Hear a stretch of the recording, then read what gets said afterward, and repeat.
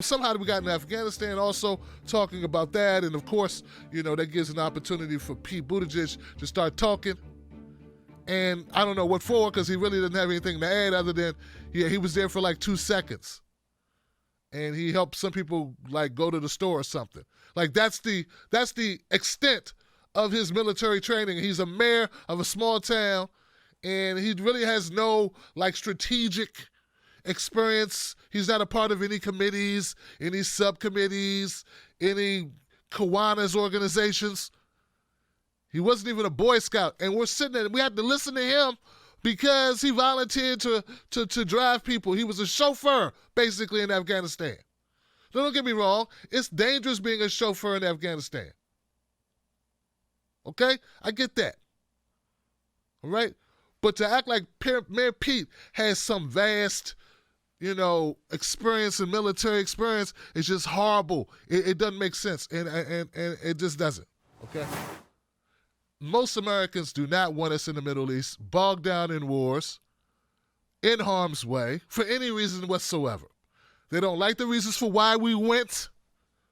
There are entire websites built on the idea that these wars were horrible ideas, right? Built on the stance that these are horrible ideas, that we should not be in these wars, that we were tricked into these wars. With thousands and thousands of people who visit them every day, thousands and thousands of members.